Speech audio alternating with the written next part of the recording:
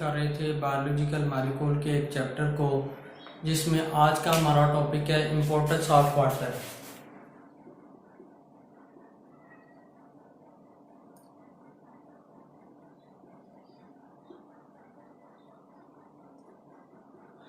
इस लेक्चर में हम वाटर की प्रॉपर्टीज के बारे में डिस्कस करेंगे।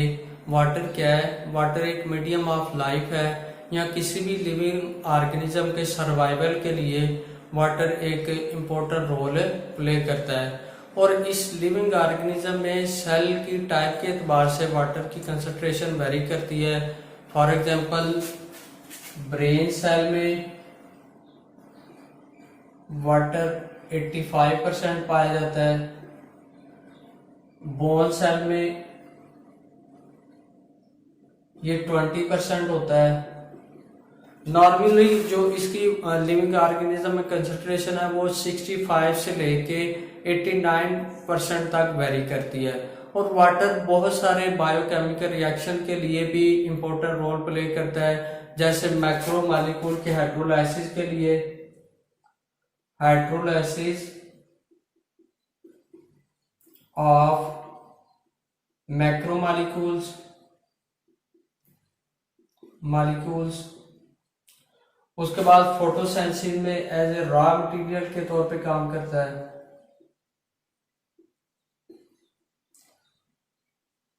As a raw material.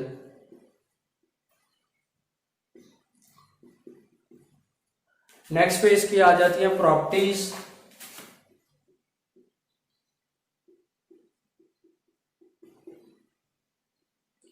और वाटर की प्रॉपर्टीज में सबसे जो इम्पोर्टेंट प्रॉपर्टी वो ये है कि water as a universal solvent के तौर पे काम करता है। बहुत सारे बायोकेमिकल रिएक्शन में वाटर एज यूनिवर्सल सॉल्वेंट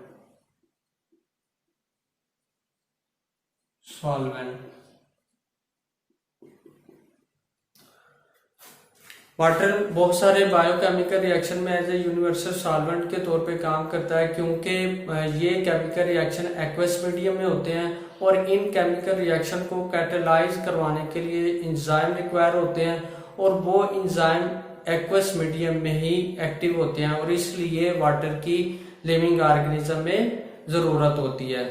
और वाटर अपनी पोलैरिटी की वजह से पोलर सब्सटेंस में सोल्यूबल होता है, soluble in polar molecules.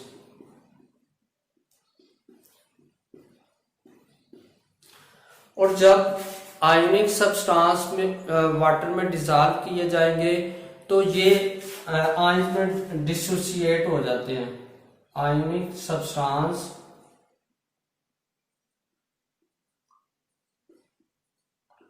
Dissolve in water, तो ये डिसोसिएट हो जाएंगे, टूट जाएंगे आयंस में, इनटू आयंस। आयंस वो पॉजिटिव आयंस भी हो सकते हैं और नेगेटिव आयंस भी हो सकते हैं। और जब नॉन आयोनिक सब्सटेंस वाटर में डिस्पर्स हो जाते हैं। नॉन आयोनिक सब्सटेंस कौन से हैं? जिनमें चार्ज मॉलिक्यूल, जो कि चार्ज मॉलिक्यूल या चार्ज ग्रुप पे मुश्तमिल होते हैं, और वो जब वाटर में डिसॉल्व किए जाएंगे तो वो डिस्पर्स्ड हो जाएंगे, डिस्पर्स्ड। उसके बाद अगर वाटर सोल्यूशन फॉर्म में होगा तो उसमें जो पाए जाने वाले मॉलिक्यूल्स हैं वो रैंडमली मूव करेंगे, और रैंडमली मूव करने की वजह से वो फेवरेबल रिएक्शन करते हैं दूसरे मॉलिक्यूल के साथ। उसके बाद सेकंड पे जो इसकी प्रॉपर्टी आती है वो है heat capacity. Heat capacity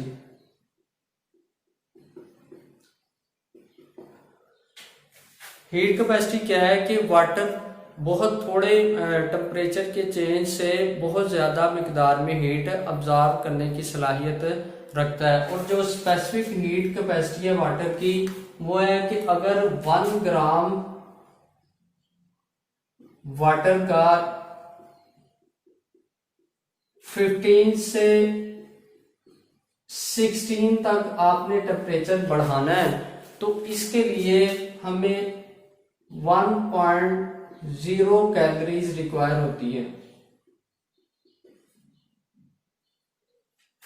specific heat capacity क्या है कि अगर 1 ग्राम वाटर का टेम्परेचर 1 डिग्री सेल्सियस बढ़ाना हो तो उसके लिए 1.0 कैलोरीज हमें रिक्वायर होती है, और ये वाटर की स्पेसिफिक हीट कैपेसिटी है। और इस एबिलिटी की वजह से ये थर्मल स्टेबलाइजर के तौर पे काम करता है।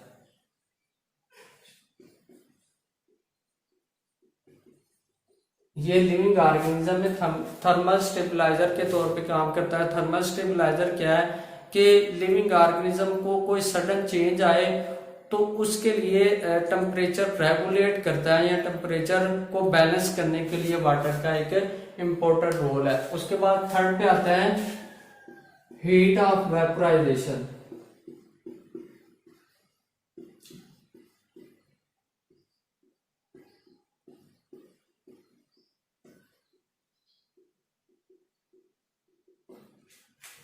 हीट ऑफ वेपोराइजेशन क्या है कि हमें पता है कि वाटर बहुत ज्यादा तादाद में हीट को ऑब्जॉर्व करता है, और इस वजह से इसकी हीट ऑफ वेपोराइजेशन भी ज्यादा होती है। मतलब लिक्विड मॉलिक्यूल को गैस मॉलिक्यूल में चेंज करने के लिए एबिलिटी भी ज्यादा होती है।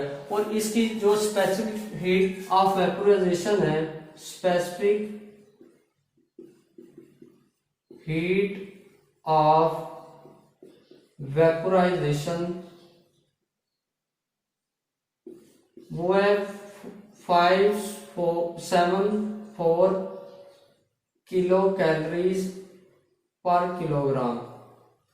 मतलब इतनी हमें specific heat of vaporisation require होती है लिक्विड मॉलिक्यूल को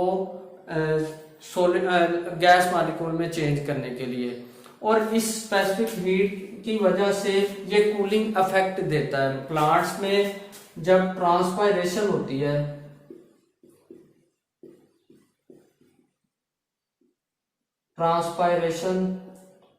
तो उस प्रोसेस में ये प्लांट्स में कूलिंग इफेक्ट देता है हीट ऑफ वेपोराइजेशन की वजह से। और जब एनिमल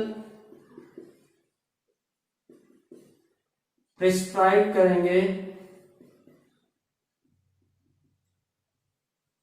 या कोई इंटरनल जहां पे टेम्परेचर कम है वो वहां से मूव करके किसी दूसरे एनवायरनमेंट में जाएंगे या सराउंडिंग में जाएंगे, तो तब भी ये कूलिंग इफेक्ट क्रिएट करता है वाटर की वजह से, क्योंकि वाटर की में एबिलिटी होती है हीट ऑफ वेपोराइजेशन या लिक्विड मॉलिक्यूल को गैस मॉलिक्यूल में चेंज करने के लिए। नेक्स्ट पे आता है आयनाइजेशन पावर।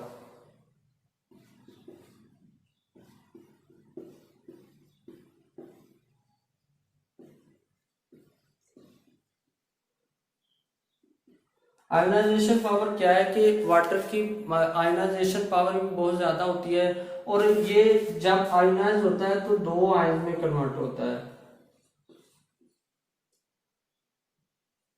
हाइड्रोक्सिल आयन और हाइड्रोजन आयन। उसके बाद लास्ट पे आता है प्रोटेक्शन।